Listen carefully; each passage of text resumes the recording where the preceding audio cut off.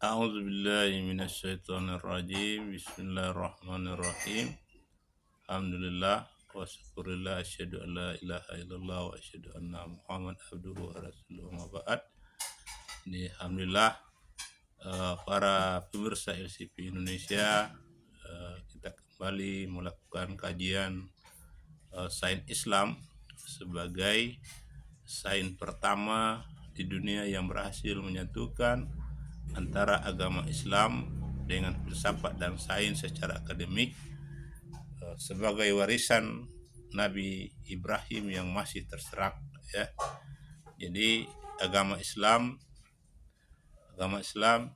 filsafat dan sains adalah warisan daripada Nabi Ibrahim yang masih terserak, dan alhamdulillah kami dari keluarga LCP Indonesia sudah berhasil menyatukannya menjadi sebuah pengetahuan baru, yaitu disebut dengan sains Islam, seperti itu. Nah, pada kesempatan ini kita ingin membedakan apa yang dimaksud dengan agama Islam dengan sains Islam yang sering masih dipertanyakan atau masih kabur, begitu ya. Nah, jadi agama Islam, ya, agama Islam adalah, ya, agama Islam itu adalah pengetahuan praktis, ya, pengetahuan praktis mengenai tauhid dan jabarannya. Nah, jadi yang dimulai dengan rukun iman, ya, percaya kepada Allah, beriman kepada Allah, beriman kepada kita malaikatnya, beriman kepada nabi, beriman kepada begitu. Itu kan namanya praktis-praktis, ya. Kemudian rukun Islam, ya, 2 syahadat, kemudian mendirikan sholat, zakat, dan seterusnya, seperti itu. Nah, ini namanya pengetahuan praktis yang berhubungan dengan tauhid dan bagaimana penjabarannya secara praktis dalam kehidupan sehari-hari, seperti itu. Nah, itu yang dimaksud dengan agama Islam. Itu agama Islam yang dibawa oleh Rasulullah. Nah, secara historisnya agama Islam ini adalah agama seluruh para nabi. Jadi dimulai dari Nabi Adam sampai kepada Nabi Muhammad. Di agama Islam ini adalah agama tertua, agama pertama yang Allah turunkan untuk manusia. Kenapa diturunkan? Ya karena otak rasional manusia itu terikat dengan hukum keterbatasan. Jadi kalau tidak ada agama Islam yang pandu, maka otak ini tidak tahu mana Tuhan yang normal, mana Tuhan yang tidak normal. Atau kemudian tidak tahu bahwa diri kita ini adalah makhluk, dan kita tidak tahu bahwa alam semesta ini adalah ciptaan Allah SWT. Tidak tahu begitu. Nah, maka Allah turunkan agama Islam sebagai panduan dasar normal bagi otak rasional kita, bahwa Tuhan yang normal itu adalah Allah. Nah, kita ini adalah makhluk ciptaan Allah, dan alam semesta juga makhluk ciptaan Allah. Cuma bedanya kita ini adalah diberi kepercayaan oleh Allah untuk mengelola bumi, ya, dengan panduan agama Islam tadi. Nah, itu. Jadi agama Islam itu diberikan kepada nabi, tapi isinya pengetahuan tentang tauhid dan pengetahuan praktis-praktis lainnya yang bisa diterapkan secara praktis dalam kehidupan sehari-hari. Nah, itu berlaku dari Nabi Adam sampai kepada Nabi Muhammad. Nah, dalam kalau kita lihat dari sisi sejarahnya, agama Islam ini diberikan kepada masyarakat tradisional yang masih bersahaja. Jadi masalahnya belum banyak, begitu. Artinya masalahnya belum rumit, ya, belum ada masih sederhana. Jadi dengan sholat 5 waktu, dengan ini semua itu sudah insya Allah kalau diikuti insya Allah akan lebih bisa menikmati hidup, begitu. Karena hidup dalam konteks bersahaja, ya, tidak banyak masalah.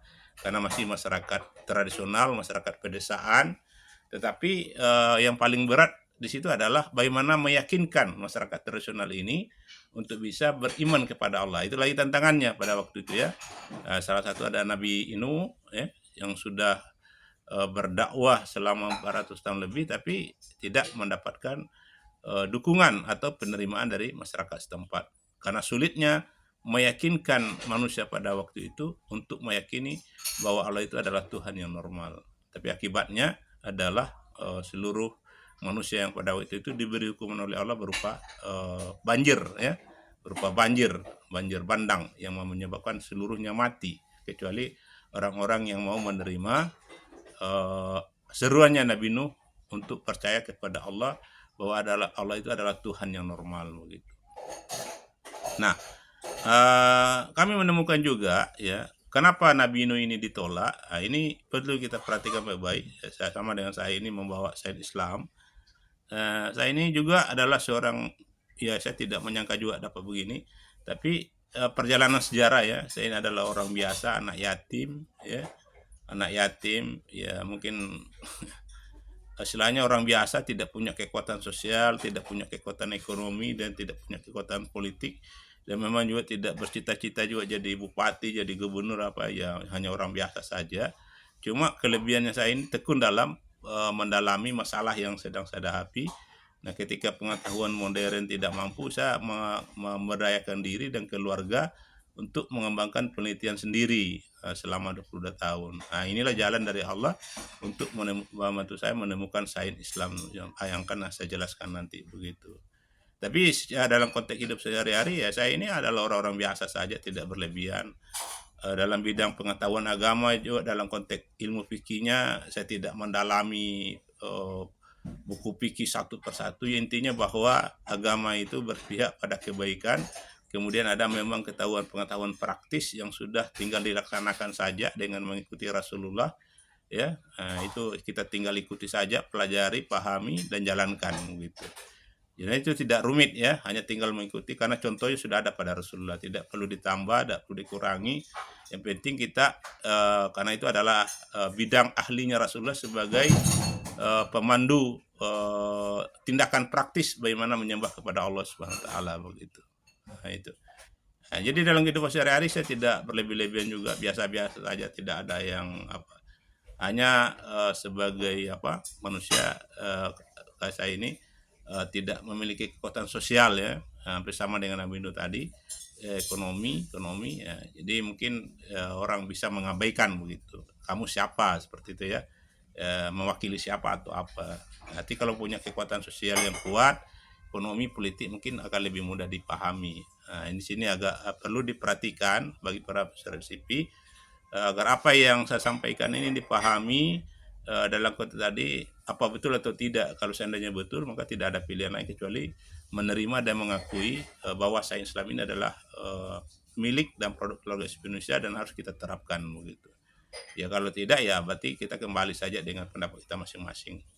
Seperti itu. Jadi kami di sini hanya mencoba memaparkan ya apa itu agama Islam dan sains Islam. Nah, jadi agama Islam tadi adalah pengetahuan praktis mengenai tauhid, kemudian dijabarkan melalui tindakan-tindakan praktis dalam bentuk bidang ibadah ritual dan hukum-hukum lainnya yang secara praktis bisa diterapkan dalam kehidupan sehari-hari seperti itu. Nah, seperti saya bilang tadi ya, seperti Nabi Nuh tadi ya, walaupun dia praktis tetap sebagian orang banyak tidak menolaknya karena Nabi Nuh pada waktu itu dia adalah manusia biasa, tidak punya kekuasaan sosial ekonomi. Jadi sulit bagi Nabi Nuh untuk meyakinkan ya, karena pengaruh sosialnya, ekonomi lemah. Tetapi bersiko sekali, ya bersiko karena Allah marah. Allah marah tadi karena mengabaikan sesuatu yang baik yang diberi melalui orang yang dipercayakan Allah. Nah, kalau Allah yang memilih kan, ya artinya Allah berhak memilih manusia sesuai dengan jalannya masing-masing. Nah, pada waktu Nabi Nuh itu kan ya bukan maunya Nabi Nuh yang dipilih, tapi karena kebersihan daripada pikiran dan perasaan Nabi Nuh, akhirnya Allah memilih Nabi Nuh sebagai nabi agama Islam pada waktu itu. Tetapi karena Nabi Nuh tidak punya kekuatan sosial, tidak punya kekuatan ekonomi, tidak punya kekuatan politik ya, artinya pengaruhnya di dalam masyarakat tidak terlalu besar. Kemudian tiba-tiba mengaku sebagai nabi, hanya beliau dibully, diabaikan, diremehkan, dan itu berjalan cukup lama, dan inilah yang menyebabkan Allah marah karena tidak dilihat apa yang disampaikan oleh Nabi Nuh, tetapi melihat Nabi Nuhnya.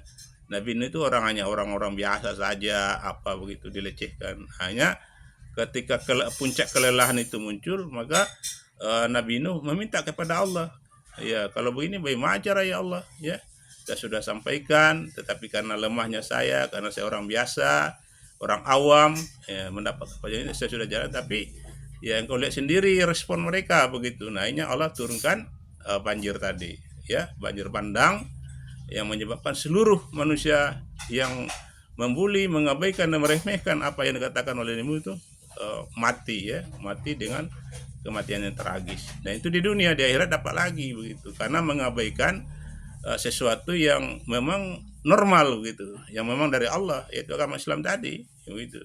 Tetapi pengabaian itu dipengaruhi pula oleh dilihat siapa yang menyampaikan.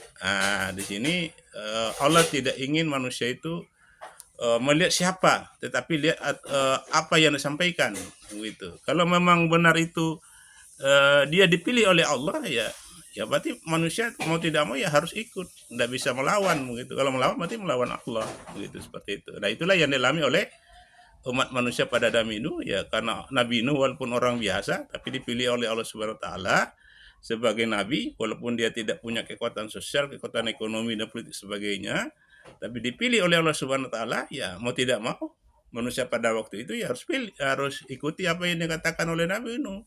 Kalau tidak mau ya harus ikuti seperti itu begitu. Ya seperti itu.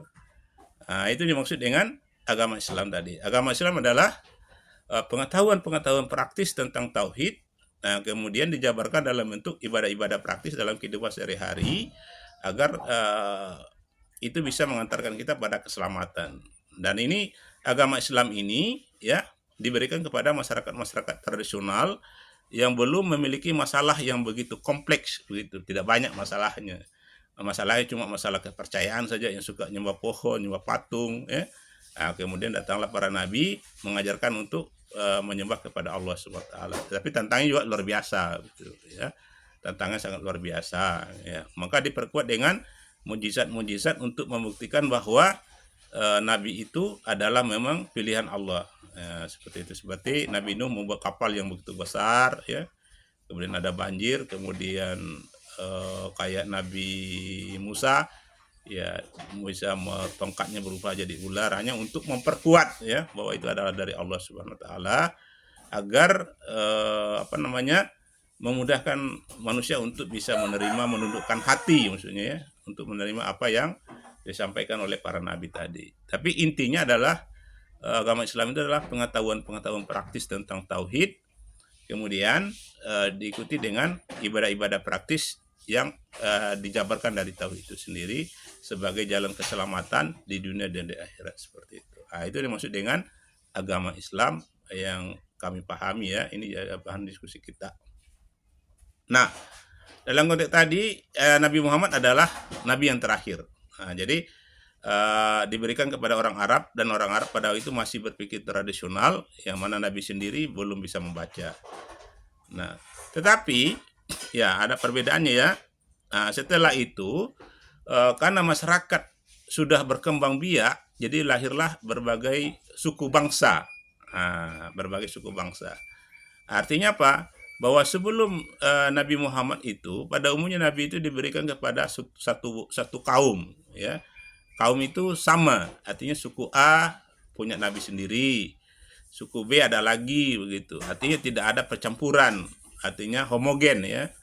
Nah, setelah Nabi Muhammad itu perkembangan manusia itu sudah banyak. Ya, ada suku Arab, suku Persia, orang Yahudi, orang Barat, orang Indonesia, orang Cina. Ya, ini masing-masing ini kan punya budaya sendiri-sendiri. Kemudian agama Islam diberikan kepada Nabi Muhammad, bangsa Arab. Ya, begitu. Sebelumnya itu diberikan kepada bangsa Yahudi. Ya, terakhir Nabi Isa.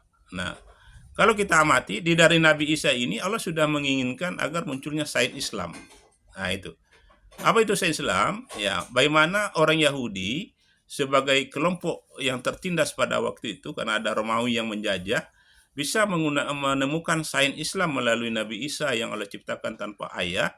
Sehingga dengan adanya sains Islam tadi membantu orang Yahudi untuk bisa mendalami siapa sebenarnya orang Romawi ini begitu. Nah, ini lebih bicara tentang penelitian, mendalami lebih jauh maksudnya.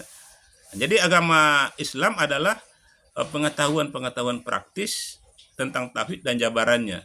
Nah, sains Islam di sini berarti dia sudah lebih jauh lagi, di mana Islam digunakan sebagai alat analisis, ya, Islam sebagai alat analisis akademik untuk mendalami suatu permasalahan agar masalah itu bisa diatasi secara sehat, bersahabat dan berkelanjutan sebagaimana yang Allah inginkan, agar Islam itu betul-betul berfungsi sebagai jalan keselamatan bersama dan berkelanjutan.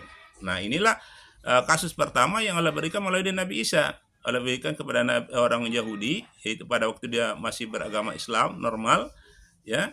Kemudian orang Yahudi ini diminta untuk mendalami kenapa, kenapa Nabi Isa ini lahir ya tanpa ayah, ya bisa kok melalui rahim seorang Maryam. Iya, ini dalam kajian tauhidnya harus dikembangkan menjadi sains begitu, agar orang ini meneliti, ya, meneliti lebih jauh siapa sebenarnya Nabi Isa ini. Kenapa dia bisa hadir tanpa ayah? Bukan dibully. Nah, ini yang dilakukan oleh orang Yahudi pada waktu kesalahan patah adalah mengabaikan, meremehkan dan membuli. Nah, sementara yang Allah inginkan adalah mendalami lebih jauh. Ya, kenapa bisa? Ya, dalam menggunakan kalimat tauhid itu bisa saja. Apa tujuannya? Apakah ada rencana besar Allah di dalam Nabi Isa ini secara saintifik untuk mengatasi masalah yang sedang dihadapi oleh bangsa Yahudi pada waktu itu yang sedang ditindas oleh bangsa Romawi. Ya, saat ini kami bisa jelaskan bahwa rencana besar Allah menciptakan Nabi Isa itu adalah membantu orang Yahudi bisa memperkuat pengetahuannya mengenai Islam, bukan hanya lagi agama Islam, tapi memperkuat pengetahuan menjadi sains Islam. Nah, jadi melalui Nabi Isa tadi, ya, Allah inginkan orang Yahudi itu meneliti, mengembangkan Islam sebagai alat analisis untuk mendalami siapa sebenarnya Nabi Isa ini. Nah, endingnya, ya, dari situ diharapkan orang Yahudi ini bisa menemukan sains Islam, begitu. Islam sebagai alat analisis untuk mengatasi konflik atau penjajahan yang dilakukan oleh bangsa Romawi. Sehingga bangsa Romawi sadar bahwa Romawi ini, kamu itu adalah manusia makhluk begitu, tapi dengan pendekatan sains lagi, bukan lagi dengan pendekatan agama. Nah, maka di situ sains Islam itu adalah analisis lebih jauh untuk masalah-masalah yang serius, yang berat, agar masalah itu bisa diatasi secara akademik dengan menggunakan konsep dasar Islam begitu. Nah, tetapi kesalahannya pada waktu itu, ya, bangsa Yahudi meremehkan, mengabaikan, dan bahkan membuli Nabi Isa. Hanya sampai sekarang bahasa Yahudi bermasalah, ya, dan bahasa Barat lebih-lebih lagi begitu. Nah, seperti itu. Nah, 600 tahun kemudian, ya, Allah mengutus Nabi Muhammad. Nah, Nabi Muhammad ini masih membawa agama Islam, ya. Nah, masih membawa agama Islam yang ditujukan kepada bangsa Arab. Ya, bangsa Arab pada waktu itu, ya, masih hidup dengan kehidupan sederhana, tradisional. Jadi Nabi Muhammad tadi sendiri belum bisa membaca. Jadi beliau mengajarkan pengetahuan praktis mengenai tauhid dan jabarannya dalam bidang ibadah, ya, sholat, mulai dari mengucapkan 2 kalimat syahadat, kemudian sholat, berpuasa, zakat, haji dan selanjutnya. Kemudian rukun iman, ya, yang praktis lah, yang tidak membuat otak panas begitu, ya. Mudah, tinggal dijalankan saja, dipahami dan dijalankan seperti itu. Jadi praktis seperti itu.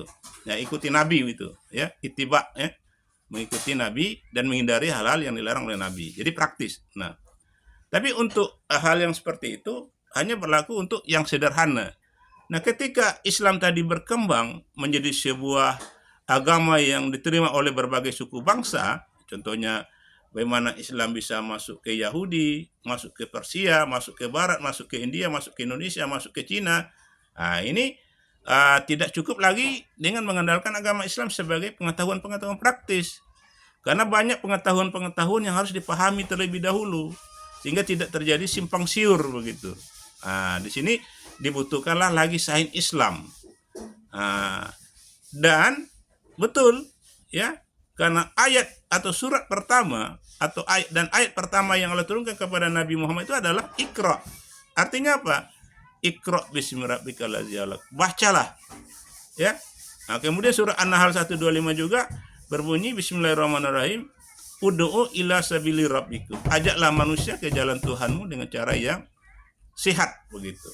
Nah, dari dua ayat ini jelaslah bahwa sangat dibutuhkan pengembangan Islam itu sebagai alat analisis.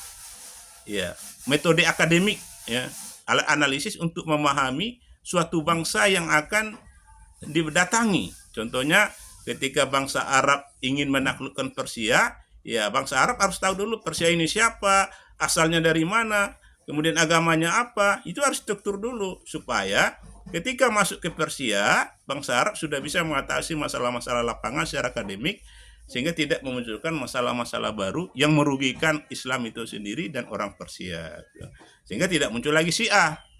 Tetapi kalau hanya mengandalkan agama Islam sebagai pengetahuan praktis dan tidak dikembangkan menjadi sains Islam, maka muncullah kesalahpahaman.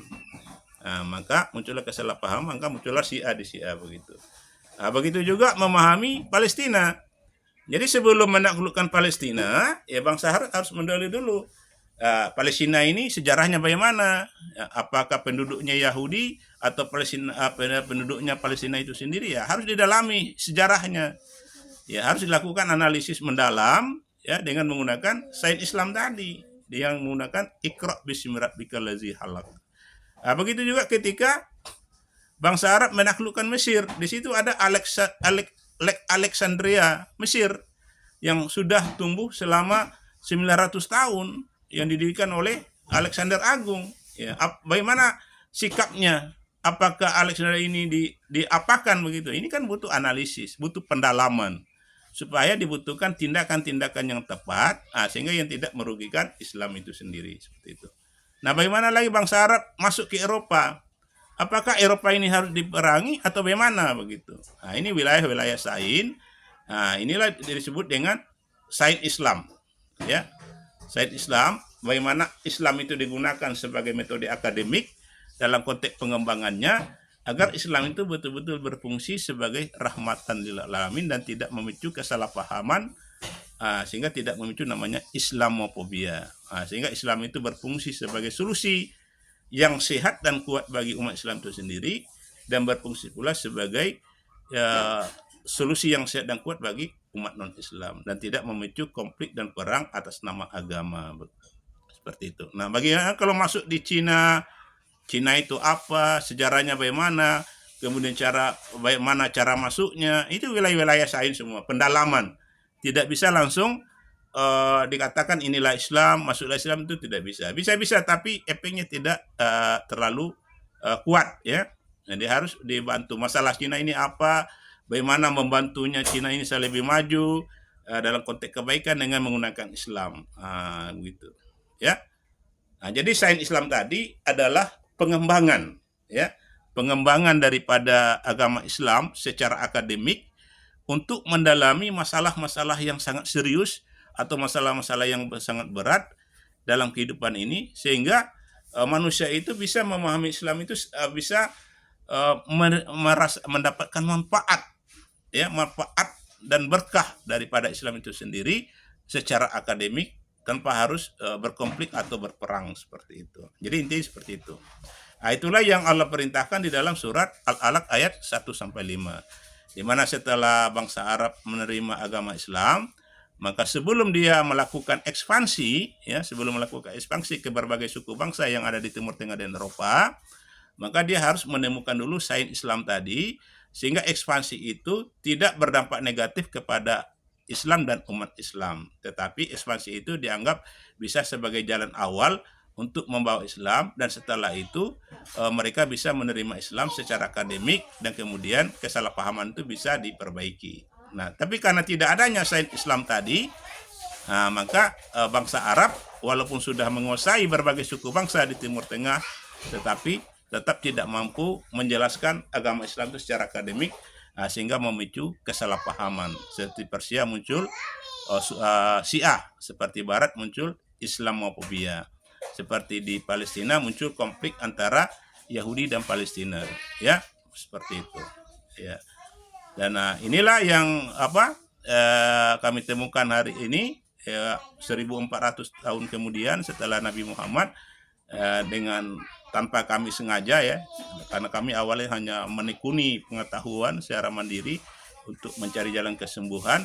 Ternyata itulah jalan dari Allah untuk membantu kami melahirkan suatu konsep baru yang disebut tadi dengan sains Islam, yang cara historisnya sudah diperintahkan oleh Allah untuk ditemukan sejak zaman Nabi Isa, kemudian diperkuat pada surat Al-Alaq ayat 15 ketika Nabi Muhammad, karena sains Islam ini sangat dibutuhkan keberadaannya untuk memahami, mengatasi masalah-masalah yang sangat serius yang tidak bisa diatasi oleh agama Islam sebagai pengetahuan tentang tauhid secara praktis dan pengetahuan ibadah-ibadah praktis yang dijabarkan dari kalimat tauhid. Jadi sains Islam ini adalah pengembangan.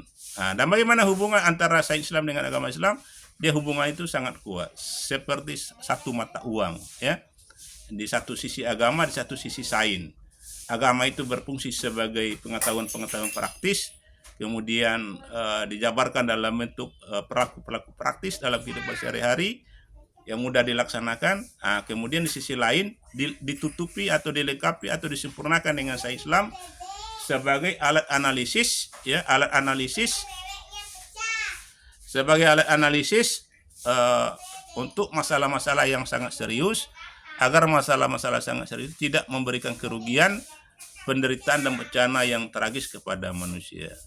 Jadi sebagai kesimpulannya pada sore hari ini, bahwa antara agama Islam dan sains Islam itu adalah sebuah satu kesatuan yang utuh, hanya persoalannya baru ditemukan pada hari ini. Dan alhamdulillah pemirsa, hari ini sisa sudah ada bukunya kami terbitkan. Jadi bagi yang tidak percaya silakan beli di sini. Ini Sains Tauhid, ya. Ini ada panduan dokter sejarah, ya. Ini tebal-tebal. Ini panduan workshopnya, ya. Kemudian ada lagi ini.